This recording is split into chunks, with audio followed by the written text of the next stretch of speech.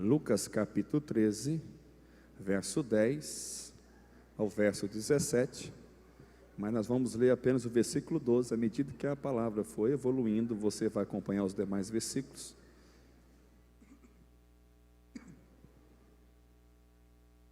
Lucas capítulo 13, verso 12, diz assim: vendo-a, Jesus a chamou e lhe disse: mulher, estás livre da tua enfermidade. Os irmãos no telão?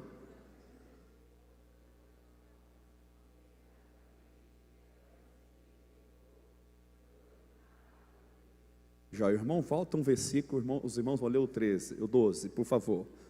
Isso, a igreja.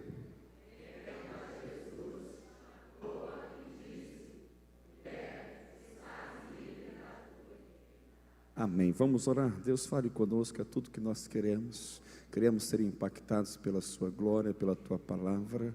Nós sabemos, ó Deus, que o homem ele falha, mas o Santo Espírito do Senhor nunca falha. É por isso que nós te pedimos, ó Pai, que nesse momento o Espírito do Senhor se comunique conosco a despeito de qualquer que seja a fragilidade, ó Deus, humana.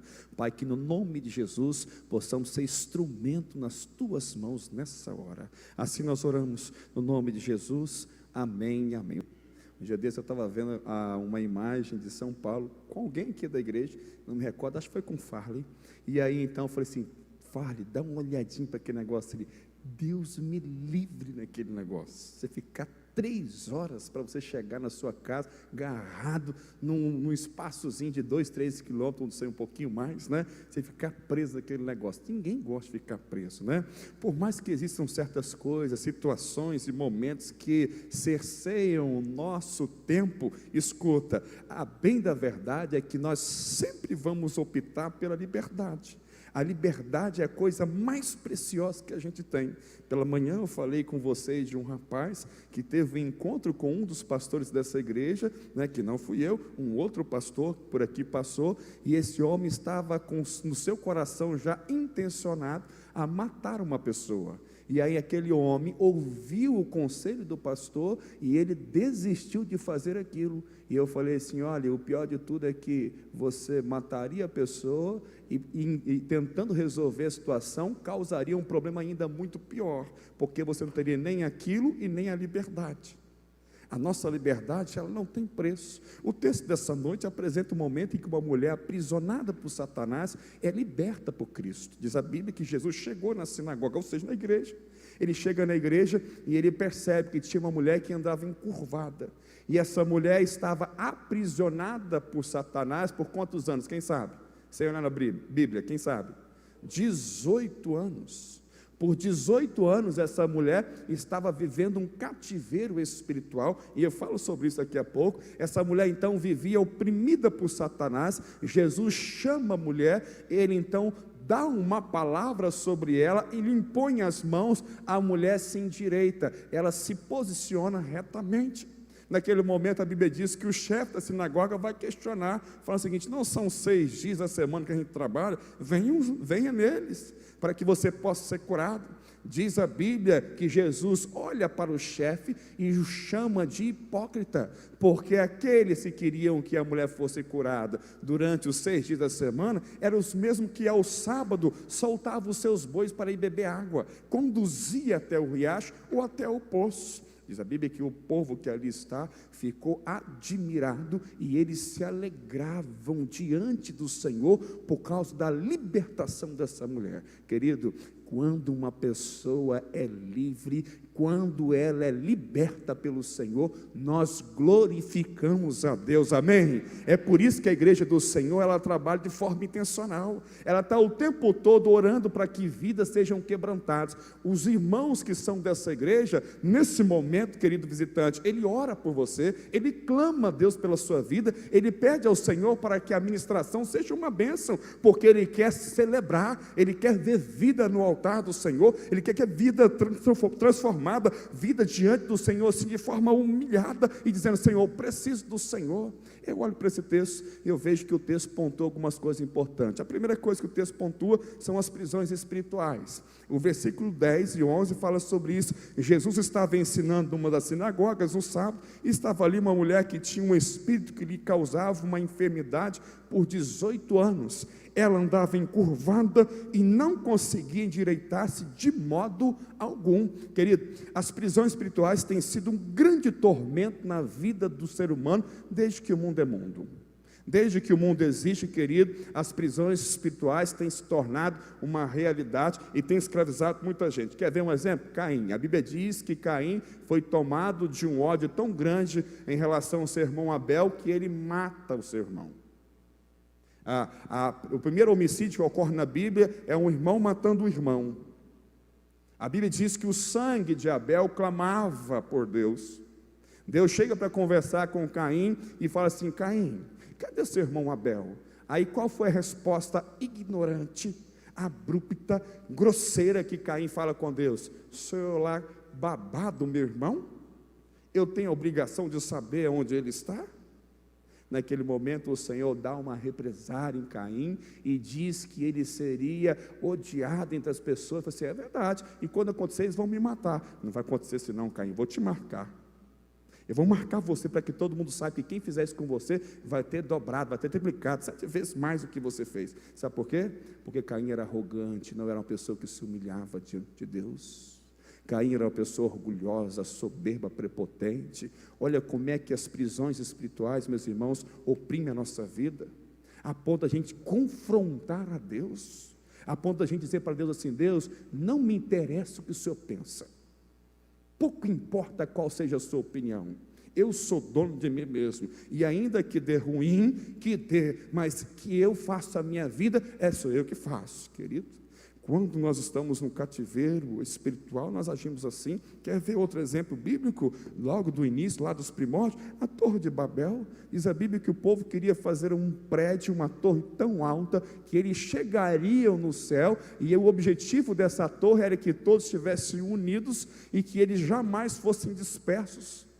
Olha a arrogância do povo e a prisão espiritual do povo. O que Deus faz? Chega lá, confunde a língua, todo mundo agora não se entende e o povo é disperso. O que eles que não queriam que acontecesse, aconteceu. Mas olha como eles estavam numa prisão espiritual. Olha como é que eles estavam sendo manipulados pelo inimigo. Um outro exemplo que nós vemos na Bíblia é Sodoma e Gomorra. Não sei se vocês lembram, essas duas cidades foram destruídas. Quando Abraão agora vai para um lado e Ló vai para o outro, Ló opta justamente para ir para Sodoma. A Bíblia diz que quando o anjo chega em Sodoma, o pessoal daquela cidade, que era completamente depravado, promíscuo, queriam se deitar com os anjos. Eles olham para os anjos e veem que os anjos são bonitos, de bom porte. Os homens daquela cidade, isso tem uma incidência muito grande, porque a Bíblia dá a entender que todos os homens daquela cidade eram homossexuais, e eles queriam se deitar com os anjos. Ló oferta a sua filha, ele faz tudo o que ele pode, a ponto de não ser atendido nenhum dos seus pedidos, e aí houver a interferência dos anjos. Diz a Bíblia que os anjos cegaram aqueles homens. Interessante que antes de os anjos chegar na casa de Ló, Abraão tenta fazer com Deus uma barganha, se assim a gente pode dizer. Ele falou assim: Senhor, se tiver 50 pessoas lá, 50 pessoas justas. Deus falou assim: se tiver 50 pessoas justas, eu vou poupar aqui a cidade. Aí depois ele percebe que não tem 50, se tiver 40, ele vai caindo, se tiver 5. Perceba, querido, que essa é uma cidade que estava dominada pelas prisões espirituais, uma cidade completamente tomada pelo pecado. A Bíblia diz que o pecado de Sodoma e Gomorra agravou-se muito. Só o pecado só pode agravar muito aonde há um domínio do espírito mal. Quando nós somos cheios do Espírito, em nós superabunda a graça. Amém? E a Bíblia diz para nós que esse povo estava sendo dominado pelas prisões. A Bíblia diz que essa mulher também era prisioneira de Satanás por 18 anos. Há 18 anos essa mulher estava vivendo uma prisão, um cativeiro espiritual, e ela vivia uma vida terrível. Querido, já a doença por si só já é um grande problema. Agora, o fato da doença estar estabelecida sobre a mulher é um problema dobrado. As mulheres, por natureza, têm um passozinho, um degrauzinho de vaidade maior do que nós homens. Imagine uma mulher, meus irmãos, andando toda encurvada, não podendo se endireitar nunca, tendo dificuldade de se olhar no espelho, tendo dificuldade de operar as suas coisas, tendo dificuldade de viver a vida. Essa mulher estava vivendo exatamente assim. Por 18 anos, essa mulher estava sendo escrava de Satanás. Aqui eu aprendo algumas coisas importantes. Eu aprendo que prisões espirituais podem se arrastar por muito tempo. Tem gente que está aprisionado espiritualmente e o tempo vem só agravando os seus dias e ela vive sendo aprisionada e aquilo está se arrastando. Aquilo não muda, aquilo não tem diferença nenhuma, nunca muda, melhor dizendo, nunca tem nenhuma mudança.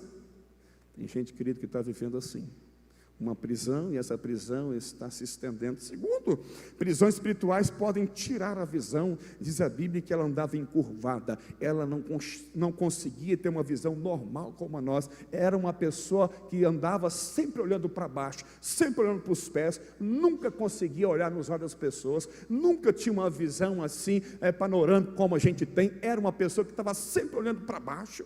Quem sabe você está vivendo uma vida assim. Quem sabe está vivendo uma prisão espiritual tão grande, que embora você esteja retinho na sua coluna, todo empinado, todo bonitinho, mas o seu olhar é sempre para onde? É para baixo.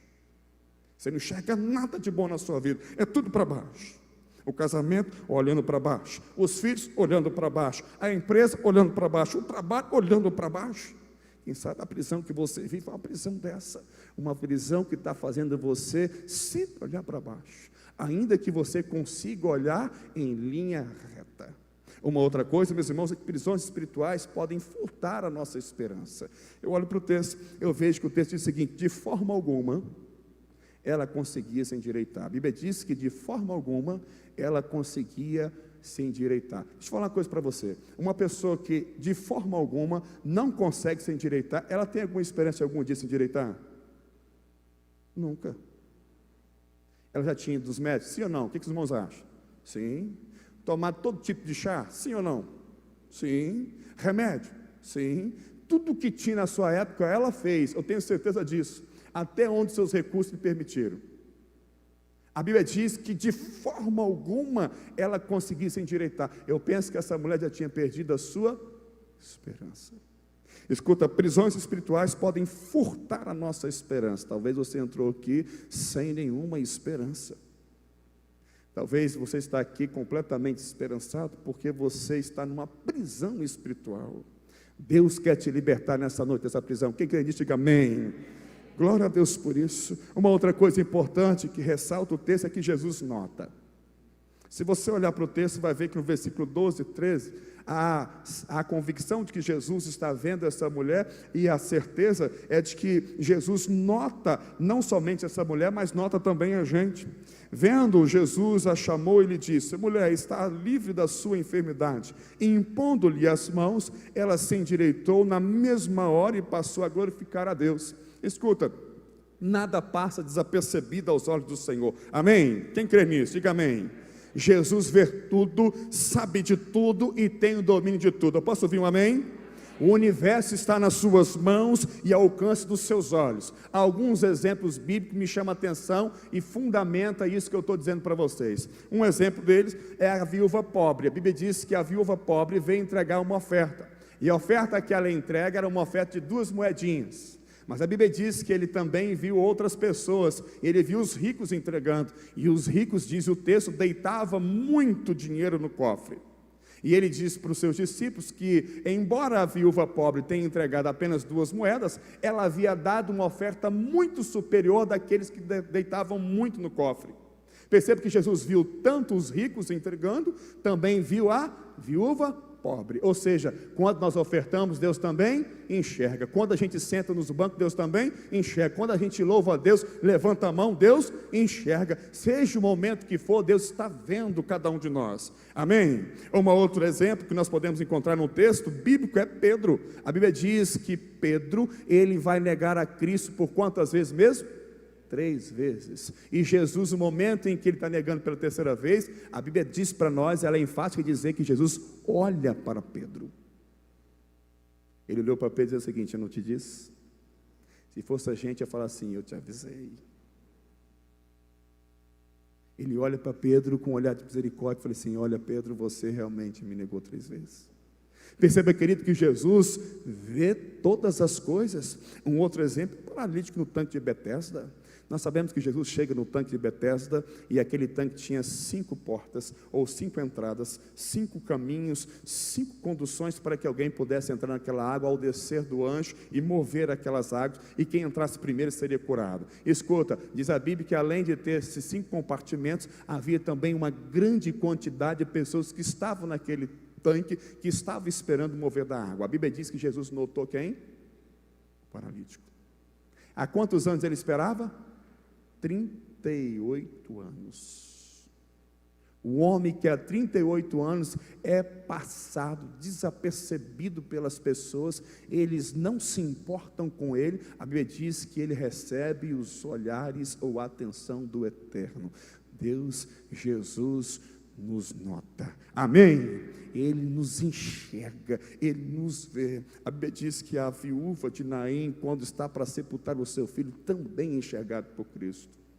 Jesus encontra aquele cortejo, a Bíblia diz que ele para, e aí ele encosta naquele caixão, ele ordena o garoto, levanta e devolve para sua mãe. Jesus viu a dor daquela mulher, Jesus enxergou o seu pranto, Jesus enxergou também o seu futuro, porque na condição de viúva, sem o seu filho, ela certamente morreria logo na sequência, porque não teria ninguém que lhe daria nada.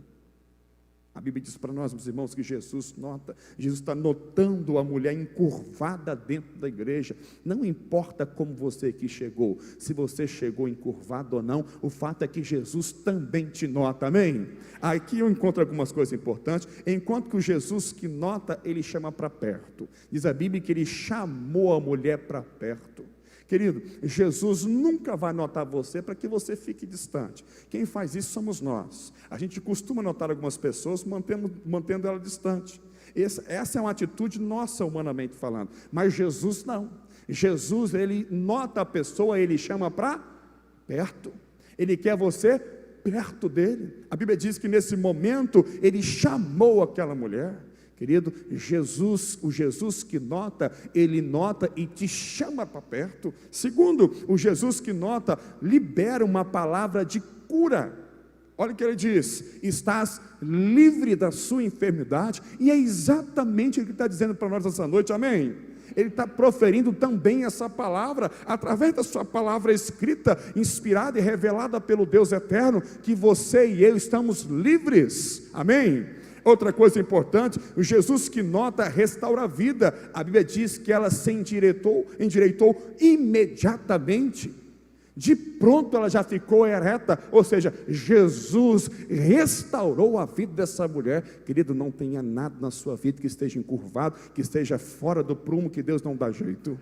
Não há nada que Deus não possa resolver, não há nada que Ele não possa restaurar. Ele pode tudo, Ele pode mudar tudo, irmão.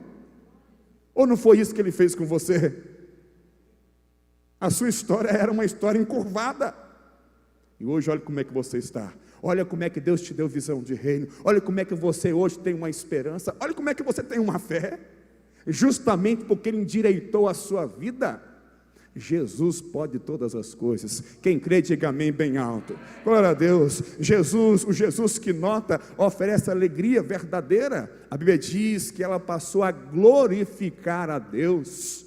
Querido, deixa eu falar uma coisa para você. O mundo te oferece uma alegria que é uma alegria assim, fantasma. Ela vem momentaneamente, depois ela desaparece. Você nunca mais vê. A alegria do mundo, ela é momentânea. Ele te oferece algo assim, muito, mas muito breve. Agora Jesus não, a Bíblia diz que Jesus dá uma alegria que é permanente. Você está no leito de morte, a alegria do Senhor é a sua força. A paz que Deus te dá, meu irmão, é uma paz que excede o entendimento. A Bíblia diz que essa mulher passou a glorificar a Deus, e vocês acham que ela parou? É ruim de ter parado. A mulher não via nada, só olhava para baixo. Essa mulher testemunhou alegremente, com um sorriso, por toda a sua vida, o que Cristo fez sobre ela. Porque Jesus, que nota, Ele também nos oferece uma alegria, meus irmãos, que é permanente. Eu olho para o texto e me ressalta também aos olhos uma outra pontuação, que é sobre a ignorância.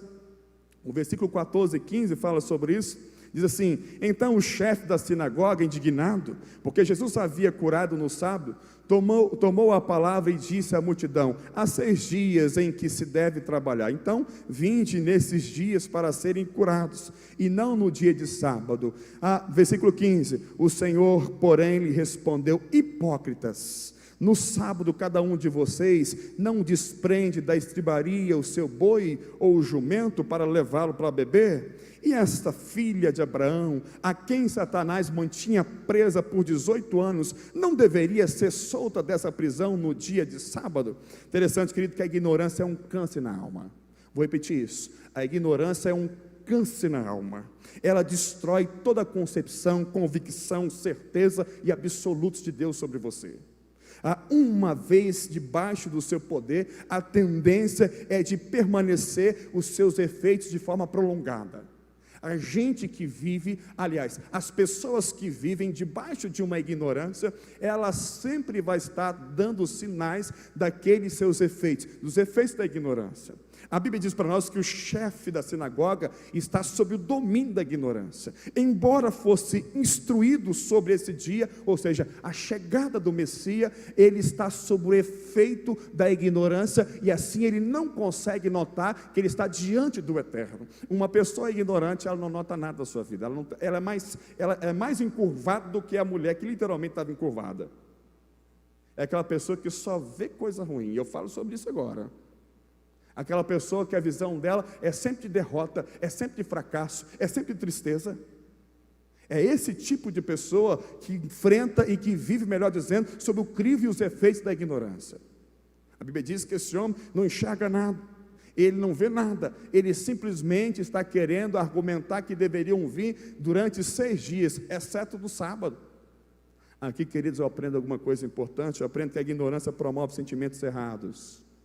O versículo 14 diz que ele ficou o quê? Indignado. O homem ficou completamente indignado. Ele ficou indignado porque a mulher havia sido curada. Esse era o sentimento correto, irmão, de alguém sentir na hora de um milagre desse? Quem acha que esse sentimento era o correto? Qual que deveria ser o sentimento desse homem? Se eu sou o pastor dessa congregação, que a Bíblia diz para nós, e alguém se cura aqui, o que eu faço? Glorifico a Deus e exalto ao Senhor com alegria, amém? Só que a Bíblia diz que ele ficou indignado. Ao invés dele ficar feliz, ele ficou completamente indignado. Pessoas que vivem debaixo da ignorância não conseguem sentir felicidade quando Deus opera os milagres. Só vive os sentimentos errados. Não consegue ver nada. A igreja está pegando fogo, Deus está ministrando, Deus está curando, Deus está libertando, vidas estão se batizando, vidas estão entrando no lidério, as células estão crescendo, as pessoas estão falando da igreja 24 horas, escuta, as pessoas estão vendo que a sua família está uma família abençoada, casamentos estão acontecendo aqui dentro, vidas estão sendo edificadas. Ele fica pontuando alguma coisa negativa, porque ele vive debaixo do efeito da ignorância. O sentimento não é um sentimento de felicidade, mas um sentimento de indignação. Pessoas que vivem sobre os efeitos da indignação, aliás, os efeitos da ignorância, sempre vão ter sentimentos errados.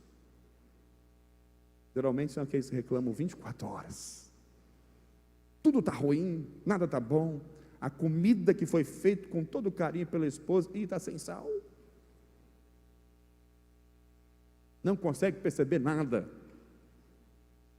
Pessoas que vivem debaixo da ignorância, queridos, sempre vão nutrir sentimentos equivocados.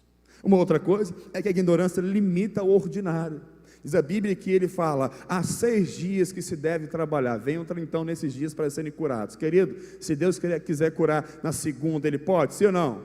Na terça, na quarta, na quinta, sexta, sábado, domingo, e se Ele quiser curar 24 horas, Ele pode? Pode. Esse homem é eu ia falar uma coisa que nem posso falar, mas escuta, esse homem é um homem retardado, vou usar essa palavra. Se Deus está operando, querido, eu vou limitar a Deus?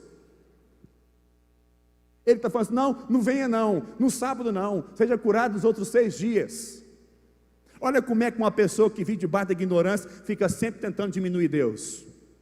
Deus faz as coisas e fala assim, não, não, aqui não, Senhor, nós temos que cumprir de outro jeito, o protocolo é esse. É uma pessoa que está sempre vivendo o ordinário, só o ordinário, o extraordinário, o magnífico, aquilo que é soberano, aquilo que é excelso, ele nunca busca.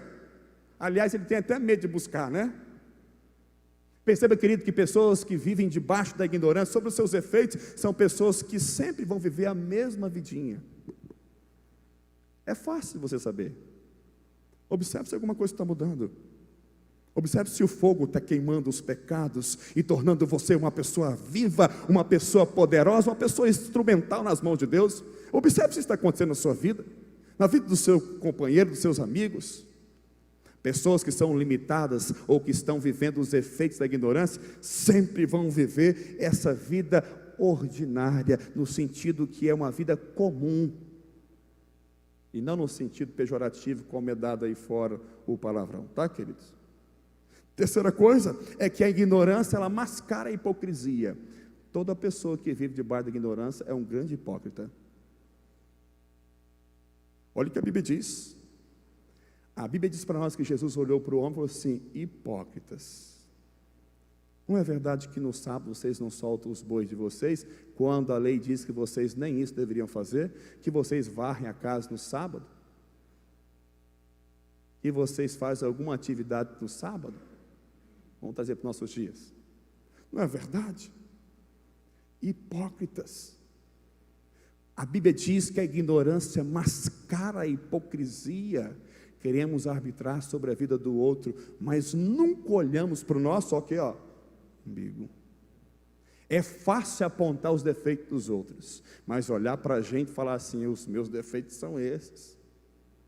Na hora que esse homem falou assim, olha, venha no sexto, até 6 dias durante a semana, vem durante 6 dias, até o 6º dia, né? Porque no 7º vocês não devem fazer isso. Ele deveria ter raciocinado e pensado o seguinte, eu não posso falar isso não, porque no 7º dia eu soltei agora de manhã os meus bois, eu levei todos eles para tomar água, e a lei diz que eu não posso fazer isso. Só que ao invés de fazer isso, a Bíblia diz para nós que ele vestiu uma máscara, a máscara da santidade, e apontou o dedo na cara daquela mulher e também na cara de Jesus Cristo. Escuta, pessoas que vivem debaixo da ignorância certamente estão vestindo uma máscara, e a máscara da hipocrisia. Querido, deixa a máscara cair, porque Deus não trata com máscara, Deus trata com coração, e você não engana a Deus. A Bíblia diz que o homem pode ser influenciado pelo que vê, mas Deus enxerga o coração. O profeta até foi ludibriado, ele viu o grande filho de Jessé, ele ficou admirado com o porte dele, e disse, certamente eis aqui o escolhido de Deus. Deus na hora diz, olha profeta, não é esse não, Samuel, esse não é o meu escolhido, porque você vê o que os olhos estão te mostrando, mas eu enxergo o coração. A Bíblia diz que foi passando todos, chegou aquele que ninguém dava nada por ele, veio um menino mirrado, um menino mais ou menos de aparência. A Bíblia diz que esse menino foi ungido pelo Senhor, e se tornou o homem segundo o coração de Deus. Sabe por quê? Porque Davi não usava máscara. Quando a gente não usa máscara, querido, Deus faz uma grande obra na nossa vida, amém? Eu sou o que eu sou, e eu deixo que todo mundo saiba quem eu sou. Agora escuta, querido, quando eu ponho uma máscara, quando eu digo que eu sou especial demais, quando eu digo que eu sou santarrão, querido, pode ter certeza, Deus não consegue trabalhar na minha alma, porque eu coloquei um bloqueio. A ignorância, meus irmãos, leva a gente a vestir uma máscara, leva a gente a colocar uma máscara. Uma outra coisa, que a ignorância despreza o essencial e sublima o trivial.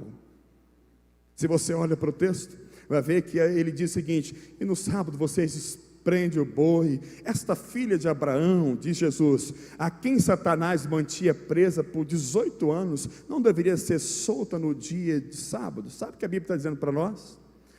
O sacerdote, o chefe da sinagoga, que está levantando agora uma tese, uma defesa, para que todos venham ser curados apenas durante os 6 dias, a Bíblia diz que ele dá muito mais valor ao boi que ele desprendeu pela manhã, do que aquela mulher que era filha de Abraão. Olha como Jesus dá importância à mulher, ela é chamada de filha de Abraão.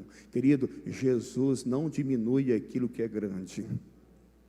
Ele dá o seu devido valor. Nós somos preciosos por mim, por você, que Ele morreu naquela cruz. Ele morreu por nós. Só que nós, querido, quando estamos sob efeito da ignorância, a gente despreza o essencial, a pessoa, e sublima aquilo que é trivial. Diz a Bíblia que Ele dá mais ênfase nos bois. Eles estão mais preocupados em cuidar do rebanho do que ver uma mulher endemoniada durante 18 anos sendo possessa por Satanás, agora sendo liberta. É tempo de sair da ignorância, amém? É tempo de falar assim: Jesus, eu pensava que eu sabia alguma coisa, mas eu quero deixar todas as minhas convicções para que tão somente o Teu Santo Espírito ministre sobre mim. No nome de Jesus. Eu caminho para o final. A última coisa que me chama a atenção nesse texto são as maravilhas e os milagres. O versículo 17 fala sobre isso, e dizendo ele a essas coisas, todos os seus adversários ficaram envergonhados, e todo o povo se alegrava por todas as coisas, e todo o povo se alegrava por todas as coisas gloriosas que ele fazia. É interessante, querido, que as maravilhas e os milagres marcam e mudam decisivamente a nossa vida, não é verdade? Nós que experimentamos os milagres de Deus, nós que um dia tivemos uma experiência linda com o Senhor, nós nunca mais seremos o mesmo. Lembra daquela história que eu contei? Uma motocicleta vindo em direção a um caminhão de 18 rodas, a motocicleta se choca contra o caminhão. Há possibilidade dessa motocicleta sair inteira? De jeito nenhum. O mesmo aconteceu comigo e com você. Quando nós encontramos a Cristo, você é a motocicleta, Jesus o caminhão de 18 rodas. Nós saímos completamente diferente do que entramos. Nós mudamos tudo, todo o pecado foi quebrado, estraçalhado, o vaso foi esmiuçado e Jesus reconstruiu a nossa história. Maravilhas e milagres. Quando experimentamos de Deus algo tão lindo, tão especial, querido, nós jamais seremos as mesmas pessoas. Você gostaria de experimentar de Deus maravilhas e milagres nessa noite? Quem gostaria? Quem gostaria? Levante sua mão, por gentileza. Você gostaria? Amém. Eu quero pontuar duas coisas importantes antes de fazer um convite para você. A primeira é que maravilhas e milagres revelam a vergonha dos adversários. Vou falar uma coisa para você. A Bíblia diz que ao falar isso, os adversários de Jesus foram todos envergonhados. Sabe o que significa? Que toda vez que Deus manifesta sobre a sua vida, toda vez que Ele manifesta sobre a sua casa, toda vez que Ele opera sobre os seus, toda vez que a boa mão do Senhor está sobre a sua família, escuta, o adversário da nossa vida é envergonhado. Glória a Deus por isso. Toda vez que o diabo diz, o seu casamento é falido, ele vai dar errado, e você, meu irmão, pelo poder e a graça de Deus permanece, o diabo é envergonhado. Toda vez, meu irmão, que você está numa empresa, ou trabalhando, ou você é o patrão, querido, e o diabo diz que não vai dar certo, e você, pela boa mão de Deus, permanece firme, o diabo é envergonhado. Quando o diabo diz que você vai morrer, que não tem mais jeito para a sua saúde, e você se recupera pelo poder de Deus, o diabo é envergonhado.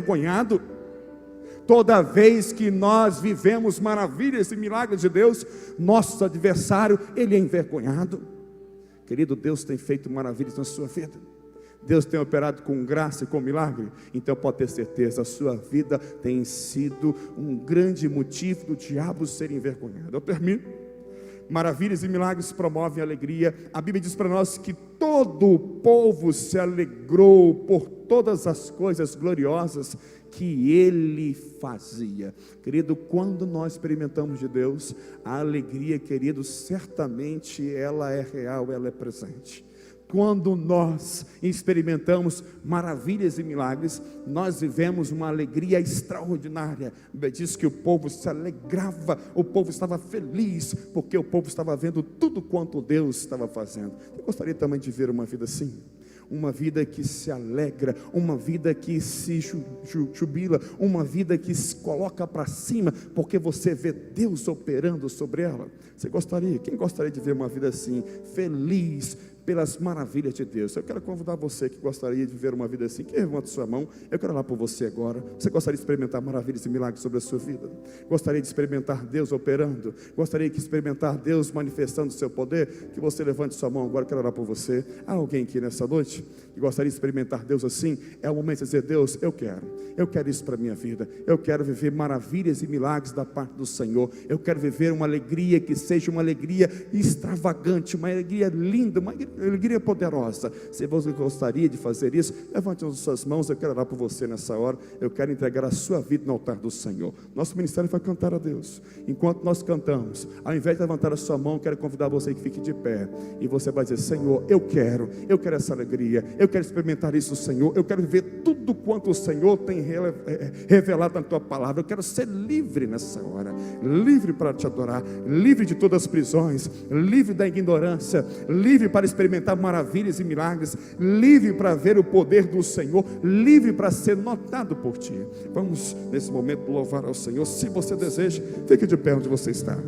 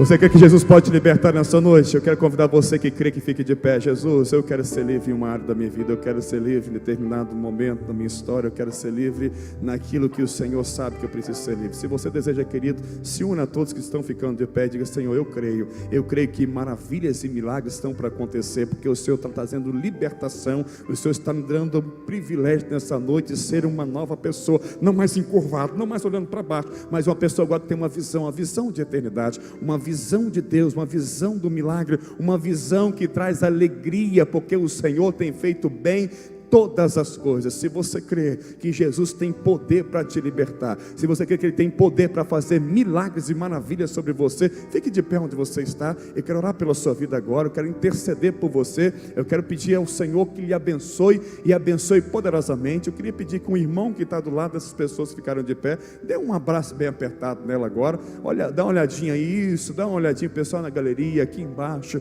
dê um abraço bem apertado. Todo mundo, os irmãos que estão à volta, vão nesse momento dar um abraço, vai segurar essa pessoa. Eu quero convidar você que está de pé, venha aqui à frente, dê o seu passo de fé enquanto nós ministramos. A igreja vai aplaudir enquanto você vier. Dê o seu passo de fé, venha que eu quero orar pela sua vida. Eu sou quem dizes que eu sou, tu és por mim até o fim. Eu sou quem dizes que eu sou, escolhido, perdoado. Eu sou quem dizes que eu sou, tu és por mim até o fim. Eu sou quem dizes que eu sou.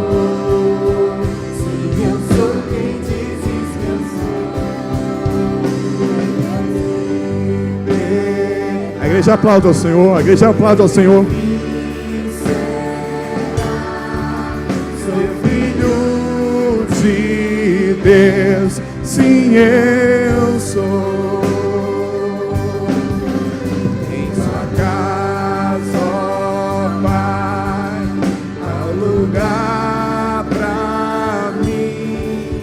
Sou filho de Deus, sim, eu sou. verdade, ó Deus, somos todos seus filhos.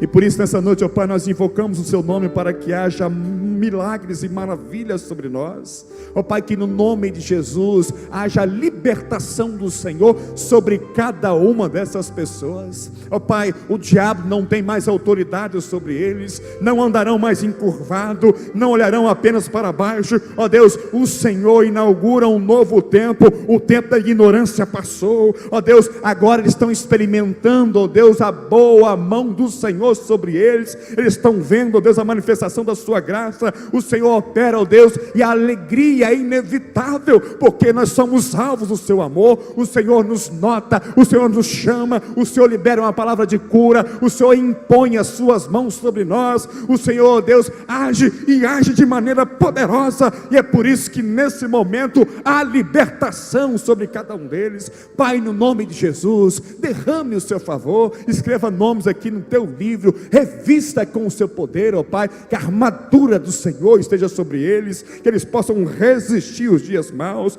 ó Deus, confiante no Senhor, na certeza de que o Senhor está trabalhando em favor daquele que o ama e o teme. Por isso, ó Pai, no nome de Jesus, nós entregamos e consagramos cada um dos seus filhos às suas mãos. Derrama a tua graça, ó Deus, faça com que cada um deles possa experimentar, ó Deus, as suas maravilhas, os seus milagres, e viva, ó Deus, uma alegria permanente. Assim nós oramos no nome de Jesus. Amém, amém.